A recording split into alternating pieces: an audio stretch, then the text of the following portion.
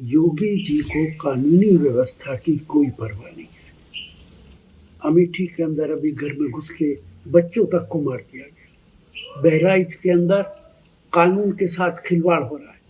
शराब पी कर लोग हंगामा बर्पा कर रहे हैं। शासन प्रशासन फेल हो चुका है। वो मुख्यमंत्री जो कहते थे कि मेरे प्रांत के अंदर कोई फसाद नहीं हो रहा, वहाँ फसाद बरपा है।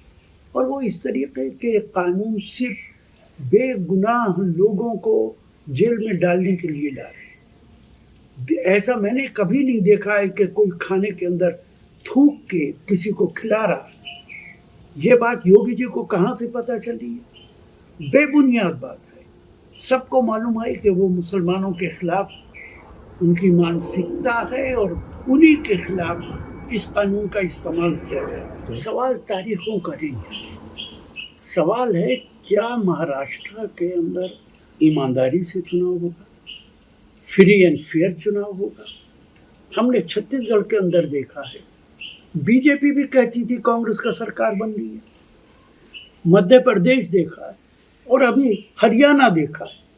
सारे एग्जिट पोल कह रहे थे कि हरियाणा में कांग्रेस की सरकार आएगी। कहाँ गड़बड़ हुई है? जब तक ईवीएम से चुनाव होगा तब तक बीजेपी को हराना मुश्किल है।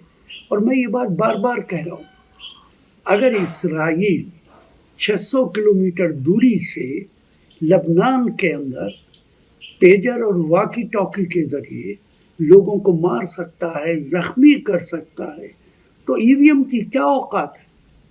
प्रधानमंत्री के बहुत अच्छे रिश्ते हैं नेतन्याहू से, और इस्राईल इन सारे मामलात के अंदर एक्सपर्ट है। इसलिए विपक्ष को चाहिए दबाव बनाए कि इलेक्शन बैलेट पेपर से होना चाहिए, ईवीएम से नहीं होना चाहिए।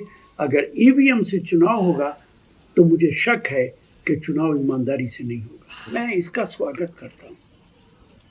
भारत सरकार सारी वक्फ प्रॉपर्टी को हड़प करना चाहती है। 9 लाख एकड़ से ज़्यादा प्रॉपर्टी है वक्फ की, जिससे किसी दूसरे का कोई वास्ता नहीं।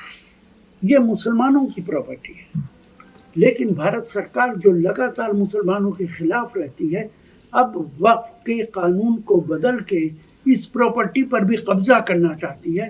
केरला गवर्नमेंट ने जो रेजोल्यूशन असेंबली के अंदर पास किया है, मैं उसका स्वागत करता हूँ। बड़े अदब से कहूँगा, वो मुख्यमंत्री हैं।